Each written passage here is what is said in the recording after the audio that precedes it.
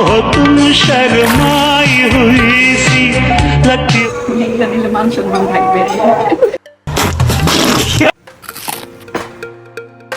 আসসালামু আলাইকুম কলিজার টুকরা পোলাপান, আমি আপনাদের শাকিল খান।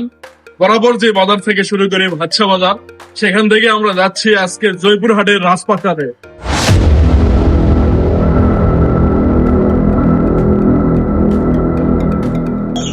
ভাচ্ছা বাজারে কিন্তু আপনাদের বলছিলাম আমরা যাচ্ছি রাজপ্রাসাদে।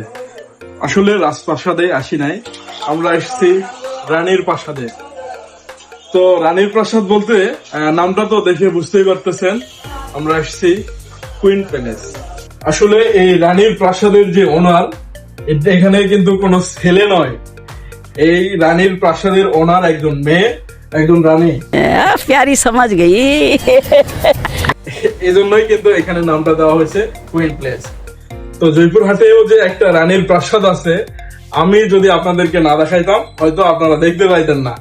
তো আমার ভিডিও দেখে যারা কি এখানে আসবে তাদের জন্য কি কোনো ডিসকাউন্ট আছে? হ্যাঁ, আপু বলে দিয়েছে অবশ্যই ডিসকাউন্ট দিবে। এই ভিডিও দেখে যারা এসে বলবে যে আমরা কিন্তু ভিডিও দেখে আসছি, তাদের জন্য আপু একটা ডিসকাউন্ট দিবে। সেটা বিশাল বড় ডিসকাউন্ট, আপনারা ভেবে যেন আসেন না।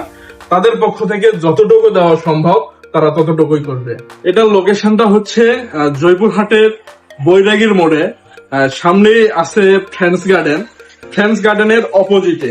আপনারা অবশ্যই কুইন প্যালেসে আসার পর যে একটা রাজকীয় ফিল, এখানে যে একটা রানীর প্রাসাদ যে নাম দেওয়া হয়েছে, সেই যে রাজকীয় ফিল, সেই ফিলটা কিন্তু আপনারা পাবেন।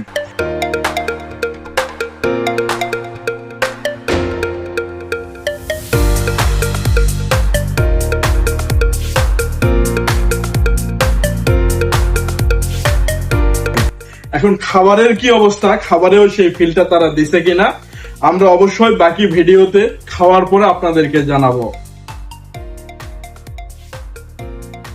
এখানে কিন্তু আরেকটা গুরুত্বপূর্ণ বিষয় আছে, সেটা হচ্ছে ইনারা অনলাইনেও অর্ডার নেয়।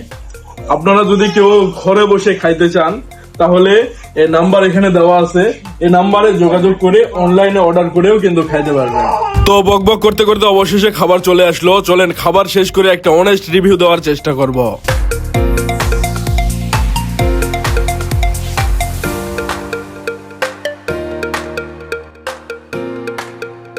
খুবই কম সময়ে খাবার শেষ, খাওয়া দাওয়া শেষ হয়ে গেল।